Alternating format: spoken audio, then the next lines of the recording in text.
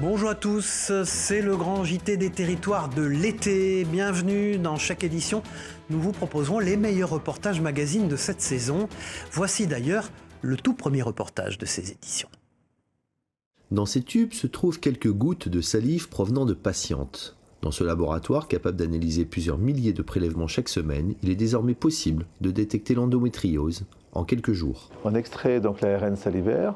Cet ARN salivaire, on l'a amené dans cette pièce avec ces nouveaux automates pour qu'il soit conditionné, pour qu'après l'ARN salivaire soit lu au niveau donc, de séquençage de haut débit, pour transformer ces données biochimiques en données numériques, pour qu'après l'intelligence artificielle, les algorithmes qui ont été conçus par Zwick fassent leur travail et identifier les 109 biomarqueurs qui signent la présence ou l'absence d'endométriose. L'endométriose est une maladie chronique qui affecte environ une femme sur 10, soit un peu plus de 2 millions en France. Aujourd'hui encore, elle est diagnostiquée, souvent par hasard. On en découvre de plus en plus chaque année parce que la principale difficulté de cette problématique, c'est d'avoir un diagnostic certain. On a des symptômes évocateurs ou dans certains cas, pas de symptômes.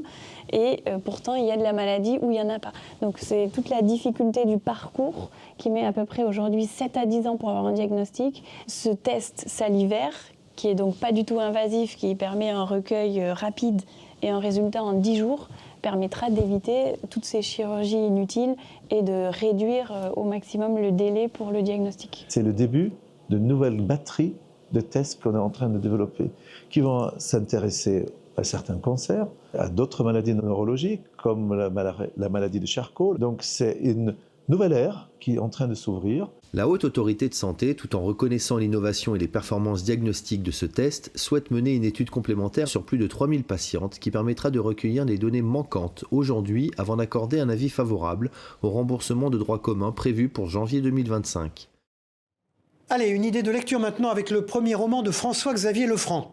Le président du directoire de Ouest France signe un formidable roman d'aventure consacré à Armand de la Rouerie, un héros breton de la guerre d'indépendance des États-Unis à la fin du XVIIIe siècle. Ce militaire a également créé une association de défense de la Bretagne au début de la Révolution française. Christophe Rigaud a rencontré François-Xavier Lefranc sur ses terres. Je boirai mon sang, c'est l'épopée d'un héros breton que la grande histoire a un peu oublié. Le destin extraordinaire d'Armand de la Rouerie, un militaire qui décide en 1777 de traverser l'Atlantique pour participer à la guerre d'indépendance américaine. Un personnage romanesque et flamboyant qui a inspiré François-Xavier Lefranc. Il s'est battu pendant 7 ans aux côtés de Washington, il est revenu en Bretagne. Il a monté un mouvement de conjuration contre-révolutionnaire et là, il était paria sur ses terres. Il est mort dans la clandestinité et il a été surtout décapité 5 semaines après sa mort. C'est-à-dire qu'il est mort dans la clandestinité, enterré au fond d'un bois et les représentants de la Convention l'ont retrouvé, l'ont déterré et l'ont décapité 5 semaines après sa mort. Armand de la Rouerie n'est pas un inconnu pour François-Xavier Lefranc. L'auteur a grandi dans le même décor que son personnage. Je suis né dans la ferme de mes parents et derrière la maison, il y a les grands arbres de la Rouerie qu'il a plantés en rentrant d'Amérique, des platanes, des tulipiers de Virginie qui sont aujourd'hui des arbres extraordinaires. L'horizon de mon enfance, c'était la cime des grands arbres de la Rouerie. Et je m'étais toujours promis un jour d'écrire la vie de ce type qui est vraiment un héros de roman, mais qui a existé. Le roman respecte les faits historiques. Mais François-Xavier Lefranc a surtout voulu mettre en lumière le héros breton. C'est un héros qui a marqué l'histoire de la Bretagne, qui a marqué à son échelle l'histoire aussi des États-Unis. Il est parti à 25 ans se battre pour l'indépendance, pour les 13 colonies. C'était pas rien à l'époque.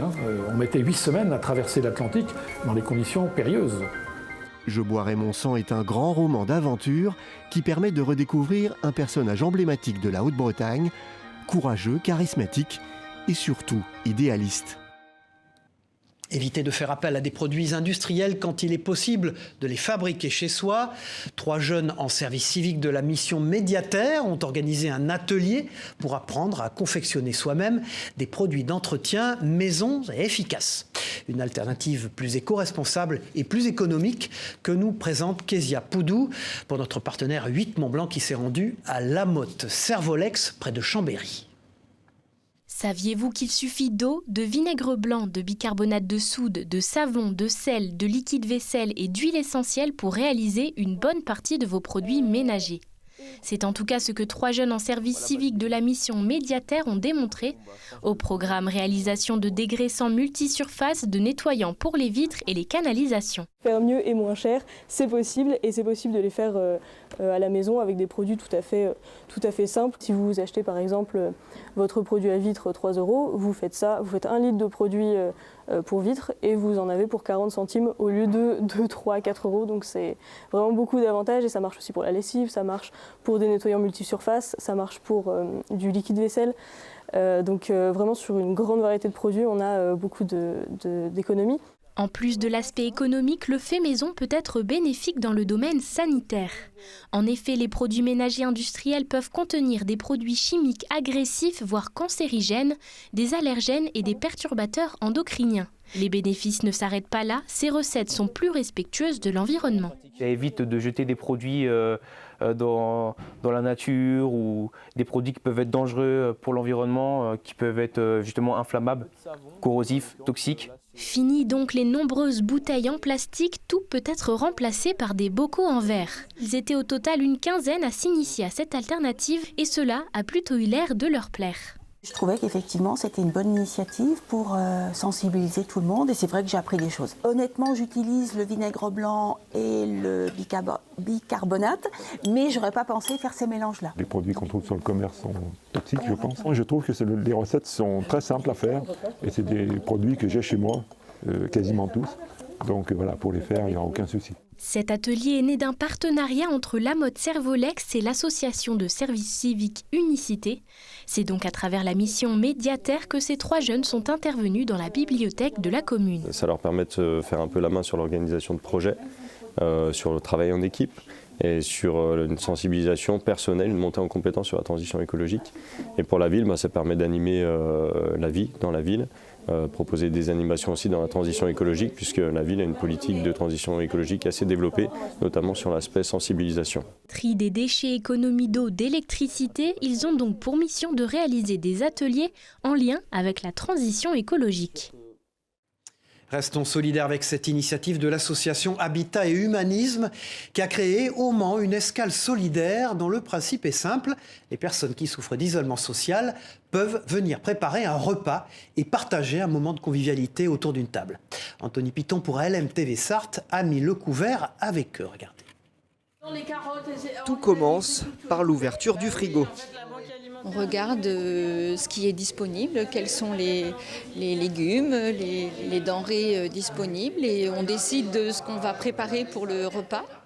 Les produits sont donnés à l'association Habitat et Humanisme par la Banque Alimentaire. Et pour les préparatifs, tout le monde met la main à la pâte.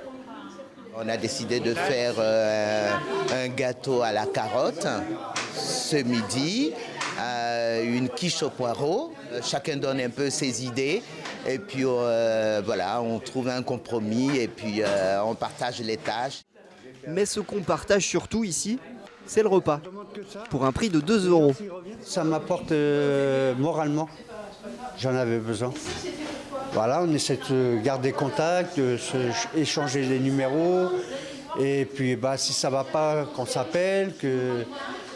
voilà, on peut toujours il y a toujours une solution au problème, quoi.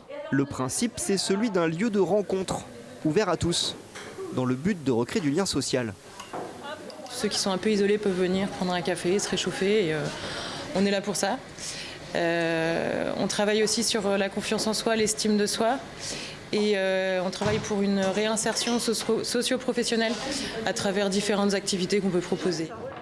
Et ça se termine autour d'un repas bien chaud, testé et approuvé. Autorisé en France depuis seulement 3 ans, le MMA est en plein essor et cela se ressent dans les associations d'arts martiaux. Elle croule sous les demandes de nouveaux adhérents désireux de s'essayer au MMA. Certaines mettent en place des cours spécifiques. Regardez, pour Via Occitanie, Antoine Guillet nous emmène dans un club au cœur de Nîmes à la découverte de ces cours multidisciplinaires. Allez, c'est parti, un maximum de soumission en 1 minute. Rapide, rapide. Comme chaque lundi, c'est Jiu-Jitsu brésilien au Fighting Club nîmois. Hicham Bouguetaya n'enseigne pas de MMA, mais plusieurs disciplines utiles aux combattants dans la pratique des arts martiaux mixtes. On a préféré faire le NJ là, comme ce soir, c'est Jiu-Jitsu brésilien. Demain, ce sera kickboxing. Et vendredi, ce sera grappling MMA. Mais voilà, un seul cours de MMA, pour nous, on avait fait cette expérience-là, que ça... on n'arrivait pas à mettre en place tout l'aspect technico-tactique, l'enseignement, la pédagogie. Nombreux sont les jeunes combattants à se tourner vers le MMA, et si les clubs spécialisés sont rares, ils se retrouvent dans l'apprentissage de sports de combat composant direct du MMA. À la base, je voulais faire du MMA, mais j'ai découvert le Jiu-Jitsu, qui me passionne énormément aussi.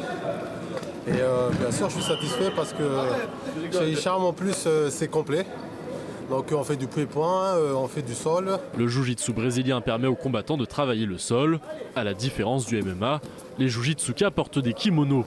Les prises et les techniques ne sont donc pas les mêmes, mais certaines passerelles existent entre les deux sports. Je sors de la garde, ouverture de garde, passage de garde, je prends une position dominante. Là, le travail, c'est le travail de celui qui est dans la garde. Voilà, là le travail, ça va être celui-là, de passer la garde. Bon, là, il n'y a pas les frappes parce qu'on n'est pas en MMA, mais si on serait en MMA, ce serait la même chose. La pratique est en plein essor. Légalisée en France en 2020, on estime aujourd'hui à 60 000 le nombre de combattants, soit autant que pour la boxe anglaise. Un nombre qui ne devrait pas faiblir. Les organisateurs de combats s'arrachent de plus en plus les salles françaises et leurs combattants. Ouvrons maintenant une large page de ce grand JT consacré à notre patrimoine. Dans la Sarthe, je vous propose de découvrir, grâce à Enzo Maubert pour LMTV, ce petit musée peu connu et qui pourtant existe depuis plus de 20 ans.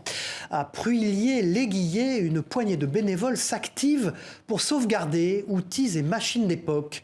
Une manière pour eux de sauvegarder le savoir-faire de nos ancêtres. C'est un endroit où la rouille raconte l'histoire, celle de nos aïeux jadis briquetiers, tonneliers ou sabotiers. Là, on a 2 énormes machines en fonte qui ont permis, au début 20e, là encore, de fabriquer de façon mécanisée ce que nos anciens faisaient à la main avec des outils différents.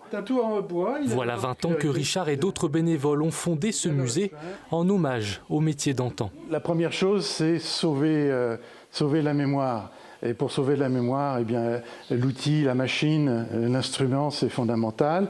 On a trop d'outils qui sont partis à la ferraille, de bois qui ont été brûlés. Donc là, on est dans un lieu de mémoire, un lieu de sauvegarde.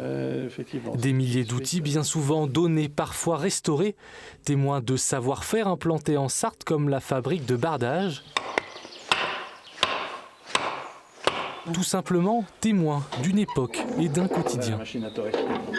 On a des pièges pour prendre les taupes, on a la cisaille pour tailler la haie, on a aussi les accessoires de la cheminée, on a des trépieds. C'est à l'occasion du départ d'un paysan, quand il part à la retraite, il y a toujours du fourbi. Alors justement, le fourbi, c'est ce qui nous intéresse. Ce sont des outils souvent anciens, ils sont même parfois cassés, il manque un manche, etc. Ils ne servent plus à personne. Mais ils vont garder un intérêt pour nous, ils vont être la matière de notre musée. Un musée en recherche de bénévoles et notamment de jeunes, car faire vivre ce patrimoine demande du temps. Les visites se font sur rendez-vous à Pruillier-l'Aiguillet. Direction les Vosges dans ce journal, où trompettes et tambours ont résonné au cœur de l'abbaye de Sénonne. Cet événement marquait le lancement d'un nouveau label vosgien, une marque de territoire nommée Principauté de Salm, en référence au comté de Salm de la Renaissance. Ce label est désormais intégré au patrimoine touristique exceptionnel de la région. Un reportage de notre partenaire Vosges Télévisions sur place. S'inspirer de son riche passé pour bâtir l'avenir, trompettes et tambours ont résonné au cœur de l'abbaye de Senones, sous les regards bienveillants de Louis Charloton, prince de Salm, de Voltaire qui fut un hôte de ces lieux, notamment de cette ancienne bibliothèque du moine érudit Don Calmet, où les invités ont assisté au lancement d'une marque de territoire, Principauté de Salm, un nom en référence à cette époque qui voyait de 1751 à 1793 Senones être la capitale d'une principauté indépendante au cœur du royaume de France. Une marque, c'est un nom et une identité visuelle qui auront pour objectif de faire connaître la commune, son patrimoine, châteaux et abbayes en cours de restauration et ses alentours, 25 bourgs et villages qui ont écrit cette page d'histoire des Vosges au XVIIIe siècle. On connaît la principauté d'Andorre, la principauté de Liechtenstein. Qui connaît exactement les contours, les tenants et les aboutissants de la principauté de Salm? Même à l'école, c'est pas enseigné. Donc on veut réparer cet oubli. Et pour cette nouvelle marque vosgienne, Senones a obtenu le soutien de l'État via le laboratoire de la ruralité et des financements publics de l'opérateur national Atout France.